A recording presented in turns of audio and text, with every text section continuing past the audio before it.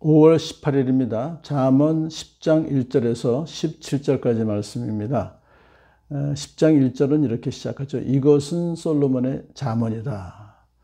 이렇게 해서 분수령을 이룹니다. 그래서 10장 1절부터 22장 16절까지는 잠언들을 하나하나 375가지의 격언들을 쭉 나열하고 있습니다.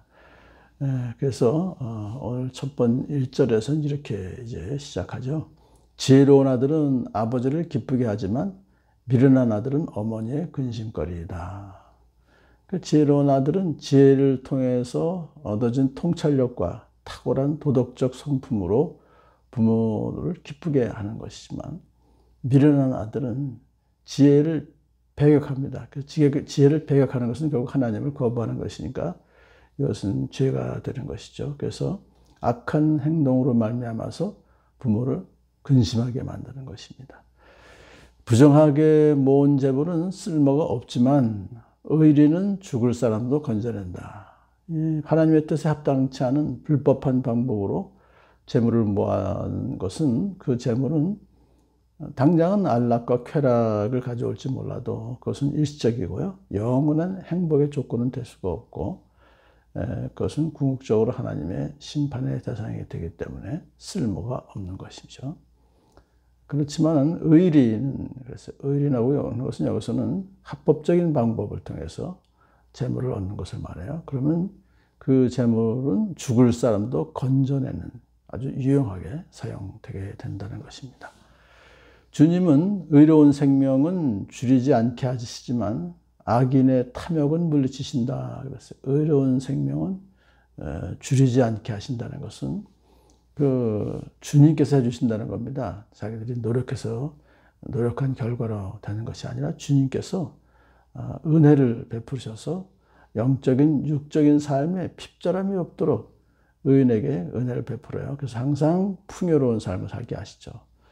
그러니까 예수님 말씀하시기를 내가 온 것은 나의 양들로 하여금 생명을 얻게 하고 더 풍성히 얻게 하려 함이라 했기 때문에 풍성한 삶을 살게 해주신다는 것입니다. 그러나 하나님은 이제 부당하게 벌은 사리사욕으로 얻은 재물은 심판하셔서 그것을 다 상실하게 되기 때문에 그 결과 그 악인의 삶은 결국은 핍절하게 된다는 것을 여기서 말하고 있습니다. 손이 게으른 사람은 가난하게 되고 손이 부지런한 사람은 부유하게 된다. 열심히 일해야 된다는 것입니다. 곡식이 익었을 때 거두어 들이는 아들은 지혜가 있는 아들이지만 추수 때 잠만 자고 있으면 부끄러운 아들이다. 때에 맞아서 더 일을 열심히 해야 된다는 교훈이죠. 이어서 이제 6절부터 14절까지는 입술, 언어에 대한 그런 좀 격언을 좀 주고 있습니다. 아주 자신과 다른 사람에게 이 말의 영향력이 지대하기 때문에, 그래서 이것을 지금 격언들을 아주 많은 격언들을 하고 있습니다. 의인은 머리에 복을 이고 있으나 악인은 입에 독을 머금고 있다. 그러니까 의인은 머리에 복을 이고 있다는 것은 이제 그 머리로부터 다른 사람을 복을 생각하기 때문에, 유익을 생각하기 때문에 다른 사람을 위해서 복을 빌어주지만, 악인의 입은 독으로 가득 찼다는 것은 결국 저주와 그리고 다른 사람을 악하게 다른 사람을 해치는 그런 입술이 된다는 것이죠. 의인은 칭찬을 받으며 기억되지만 악인은 그 이름마저 기억에서 사라진다. 기억된다고 하는 것은 생전에 살아있을 때 그가 쌓은 덕으로 인하여 두고두고 후세 사람들에게 칭찬받고 기억되는 것이지만, 악인은 이름마저 기억에서 사라진다. 흔적도 없이 사라져버린다는 것입니다. 마음이 지혜로운 사람은 명령을 받아들이지만 입을 어리석게 놀리는 사람은 멸망한다. 그러니까는 이제 이 마음이 지혜로운 사람은 가르침이 필요하다는 것을 항상 느껴요. 겸허히 나는 배워야 돼 하면서 부모님의 또 어르신의 명령을 흔쾌히 받아들이죠. 그의 입에서는 지혜로운 말이 나올 수밖에 없죠. 하지만은 이 입을 어리석게 놀리는 사람, 자기 자랑이나 하고 쓸데없는 말이나 짓거리는 그 사람들은 결국은 멸망한다 하는 것입니다. 흠없이 살면 앞길이 평안하지만 그릇되게 살면 이제 마침내 드러나게 된다. 그러니까 흠없이 산다는 것은 하나님을 경외하는 그런 가운데서 신앙적 양심을 따라서 살려고 애를 쓰는 사람을 말해요.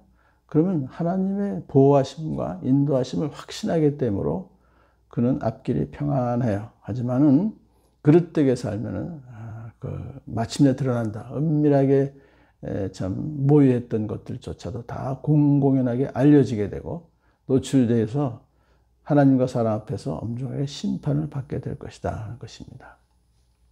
눈을 흘기면 고난이 생기고 입을 어리석게 놀리는 사람은 멸망한다 그랬어요. 그 눈을 흘긴다고 하는 것은 남을 해치는 악한 의도를 감추고 은밀하게 눈짓으로 무언가를 서로 주고받는 걸 말하죠. 그러면은 고난이 생긴다. 내적인 고통이 생기지만 이제 의인의 입은 생명의 샘이지만 악인의 입은 독을 머금고 있다. 그래서 의인의 입은 생명의 샘이라는 것은 결국은 이제 의인의 입에서 나오는 말은 다른 사람의 삶을 풍성하게 해준다. 예수님께서도 수가 여성 여인에게 말씀하셨죠. 영원히 목마르지 않고 영생하도록 솟아나는 물을 주시는 분이 바로 나다. 그리스도다 하는 것을 소개했습니다. 생명의 샘이라고 하는 것은 결국은 영원히 목마르지 않고 영생하도록 솟아나는 물을 주시는 예수님을 전하는 생명의 샘이 되는 것입니다. 미움은 다툼을 일으키지만 사랑은 모든 허물을 덮어준다. 유명한 말씀이죠. 미움이 잠자는 다툼을 깨우면 다툼이 일어나서 가해자와 피해자로 하여금 격렬하게 싸우게 만듭니다. 그렇지만 사랑은 자신에게 해를 끼치는 사람들의 허물을 드러내는 대신에 그를 용서하고 먼저 화해의 손길을 내밉니다. 그러므로 모든 허물을 덮어서 관계를 더욱더 좋게 만드는 것이죠. 자, 13절은 이렇게 말합니다. 명철한 사람의 입술에는 지혜가 있지만 지혜가 없는 사람은 등에는 매가 떨어진다.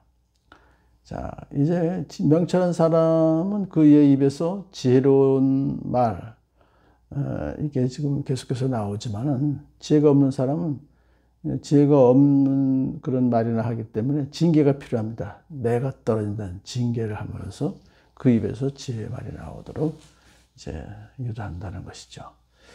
자, 여기까지 이제 그 말에 대한 그 교훈을 주고, 그 다음에 이제 15절부터는 재물에 대한 격언을 줍니다. 부자의 재산은 그의 견고한 성이 되지만 가난한 사람의 빈곤은 그를 망하게 한다.